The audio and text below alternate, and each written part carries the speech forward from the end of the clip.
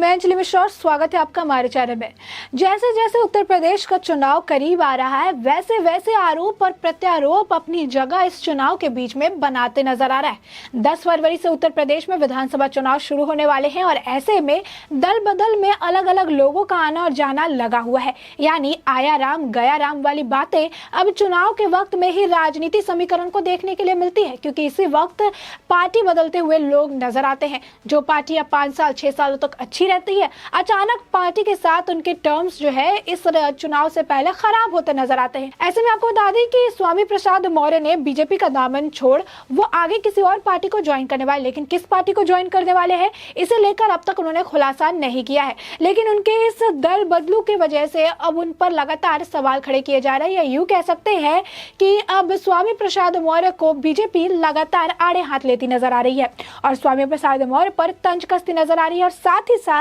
सपा के ऊपर यानी अखिलेश यादव और उनके पार्टी में शामिल कई सारे नए लोगों पर भी अब बीजेपी लगातार वार करती नजर आ रही है और ये बता रही है कि किस तरीके से अखिलेश यादव के अंदर जो दूसरों को ये कहते हैं कि गुंडे वाली पार्टी है, गुंडों को संरक्षण देती है, वो आजकल खुद ही गुंडों को संरक्षण देकर चुनाव लड़ाने के फिराक में है। आपको बता दें कि स्वामी प्रसाद मौर्य को लेकर इस पूरे मामले पर कैलाश विजयवर्गीय जो कि बीजेपी के नेता है, उन्होंने अब इस पर तंज कसा है। उन्होंने लिखा है, जिनको टिकट नहीं मिलने की संभावना है वो जा सकते हैं। उत्तर प्रदेश की राजनीति में ऐसा होता ही है, जिसको टिकट नहीं मिलने वाला है वो इधर उधर जाते रहते हैं। हमारे पास ज्यादा विधायक है तो हम कुछ विधायकों को टिकट काटेंगे, उसके पहले सूचना मिल जाती है तो वो दूसरों दले में चले जाते हैं। उनका कहना है कि हमारे पास इतने विधायक है, सभी को सीट देना पॉसिबल नहीं है और जब हम किसी विधायक का चुनाव करते हैं तो बाकी विधायकों को भी पता चल जाता है कि उनके जो सीट है उन्हें नहीं मिलने वाली है और जिसके बाद वो ढोंग रच के दूसरे पार्टियों में जाने का आलंकन करते हैं,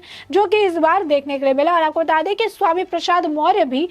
इसी विधायकों के लिस्ट में से एक है। इसे लेकर रविंद्रनाथ त्रिपाठी ने भी बयानबाजी की है। उन्होंने अपने ट्विटर हैंडल पर ट्वीट किया है और लिखा है, राक्षस सब एक जगह जुट रहा है, अहंकारी अखिलेश जी अहंकार में फूल रहा है, नतीजा फिर वही आएगा क्योंकि जनता को चाहिए योगी ही। तो ये भी उन्होंने लिखा है और आपको बता दें कि लगातार जो है इसी तरीके की बयानबाजी देखने के लिए मिल रही है। लगातार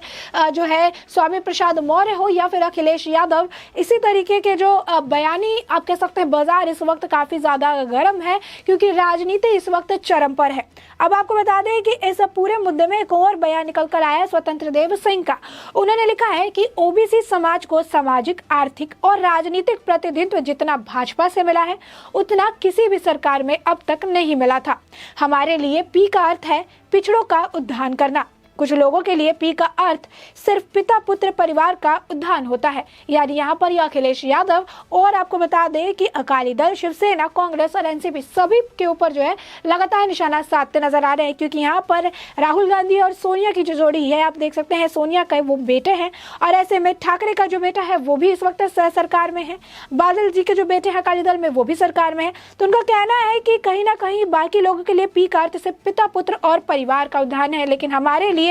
जो पी का अर्थ है वो पिछड़ों का उद्धार है। साथ ही साथ यही नहीं, आपको बता दें कि जिस तरीके से इस वक्त जो नेता या फिर विधायक है जो बीजेपी का दामन छोड़ के दूसरी पार्टी में जा रहे हैं या इसी तरीके की प्रक्रिया इस वक्त देखने के लिए मिल रही है, उसे लेकर स्वतंत्र देव सिंह ने सपा को भी जमकर घेरा है। उन्होंने का कहना है कि जो जितने बड़े अपराधी है वही अखिलेश यादव के साथी है और वही समाजवादी है। आपको बता दें कि उन्होंने ये तंज कांग्रेस के पूर्व नेता और अपने विवादित बयानों के लिए काफी ज्यादा चर्चे में और ये कह सकते हैं सुर्खियां बिटोरे रहने वाले इमरान मसूद, जो कि फिलहाल सपा की गोद में आ गए हैं, उनके ऊपर था। साथ ही साथ आपको बता दें कि कांग्रेसी विधायक ने समाजवादी में शामिल होने पर उन्होंने ये प्रतिक्रिया दी है। स्वतंत्र देव सिंह ने कहा कि प्रधानमंत्री नरेंद्र मोदी को बोटी बोटी काटने की धमकी देने वाले आज अखिलेश यादव के सगे हो चुके हैं। उन्होंने कहा कि धमकी देने वाले इमरान मसूद को अखिलेश यादव ने कोटि कोटि नमन किया है। उन्होंने लिखा है कि कोटि कोटि नमन करना ही कम नहीं था कि अब उन्हें तो उन्होंने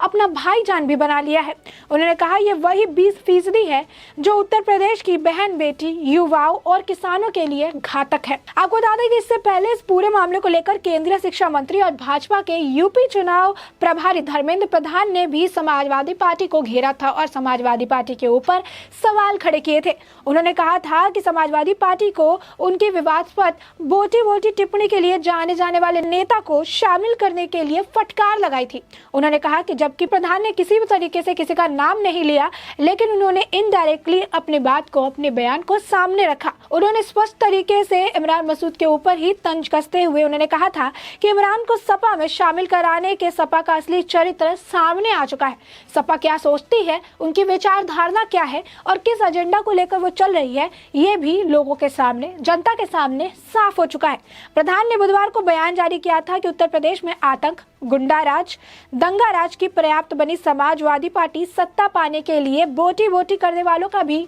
अब स्वागत कर रही है, भाई बना रही है, कोटि नमन कर रही है। उन्होंने तंज कसते हुए कहा था कि माफियाओं के मुखिया नहीं आ रहे हैं 22 में, कोशिश करके देख लो 27 में।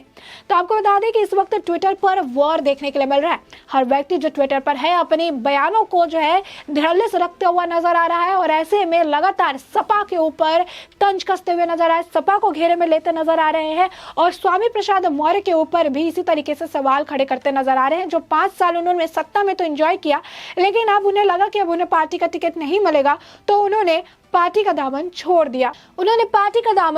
दिया। अब ऐसे में आपको बता दें कि अखिलेश यादव ने जब से इमरान मसूद को अपनी पार्टी में शामिल किया है, तब से लगातार इस तरीके के सवाल अखिलेश यादव पर और समाजवादी पार्टी पर खड़े हो रहे हैं कि आखिर देश के प्रधानमंत्री को बोटी करने वाले एक व्यक्ति का बयान था और उसी व्यक्ति को अखिलेश यादव समाजवादी पार्टी में शामिल कर रहे हैं। जो एक गुंडा प्रवृत्ति वाला व्यक्ति है, वो लोगों के लिए क्या कल्याण करेगा, उत्तर प्रदेश की जनता के लिए क्या करेगा, जबकि देश के प्रधानमंत्री के लिए उसके मन में आदर और सम्मान नहीं है और स्टेज पर खड़े होकर इस तरीके की बयानबाजी करके बोटी काटने जैसे शब्दों का इस्तेमाल देश के प्रधानमंत्री के लिए करता हुआ नजर आता है। और यही कारण है कि लगातार अब उन्हें सवाल के घेरे में खड़ा किया जा रहा है। चुनाव में जब टिकट देने की बात होती है तो हमेशा ये देखा जाता है कि किसका कंधा और कौन सा व्यक्ति जो है इतना जिम्मेदार है कि वहां के लोगों की, वहां के जनता की सेवा कर सके, इज्जत कर सके और उनकी जितनी भी परेशानी का भार है उसे उठा सके। लेकिन एक ऐसा व्यक्ति जो देश के प्रधानमंत्री को खुले स्टेज पे इस तरीके के बयान देता है कि बोटी कर देंगे,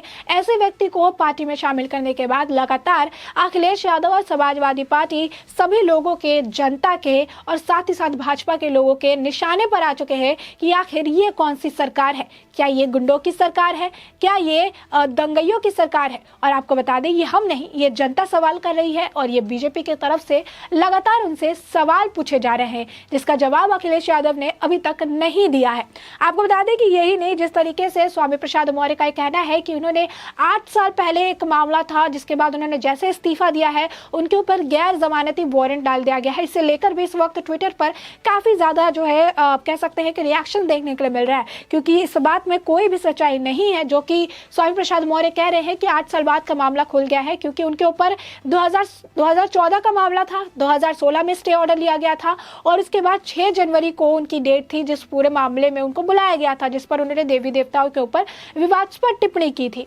लेकिन 6 जनवरी को वो वहां पर नहीं गए, जिसके बाद कोर्ट ने उन्हें अगली डेट दी 12 जनवरी की। और 12 जनवरी को भी जब वो कोर्ट में हाजिर नहीं हुए तो उनके गिरफ्तारी वाले फैसले पर से जो स्टे ऑर्डर था उसे हटा दिया गया और गैर जमानती वारंट जारी कर दिया गया। यहाँ पे साफ तौर पर कोर्ट की अवहेलना करने की वजह से ही उनको इस परेशानी का सामना करना पड़ रहा है। लेकिन राजनीति है, चुनाव है और हर मुद्दा चाहिए होता है कि किसी मुद्दे पर बीजेपी को घेरा जा सके और यही कारण है कि अब इस मुद्दे को लेकर लगातार बीजेपी को घेरने की कोशिश की जा रही है और इस कोशिश में वो नाकामयाब होते हुए भी नजर आ रहे हैं। अब ऐसे में आपको बता दें कि लगातार सवाल खड़े किए जा रहे हैं, लगातार अखिलेश यादव पर भी सवाल खड़े किए जा रहे हैं, जनता खड़े कर रही है, बीजेपी द्वारा सवाल खड़े किए जा रहे हैं। अब आने वाले वक्त में अखिलेश यादव इन सभी सवालों का क्या जवाब देते हैं या फिर हमेशा की तरह इनडायरेक्टली चीजों को कहते नजर आते हैं, ये तो आने वाले वक्त में साफ हो जाएगा। तब तक के लिए इस पूरे मुद्दे पर आपकी जो भी राय हो हमें कमेंट सेक्शन में कमेंट करके जरूर बताएं।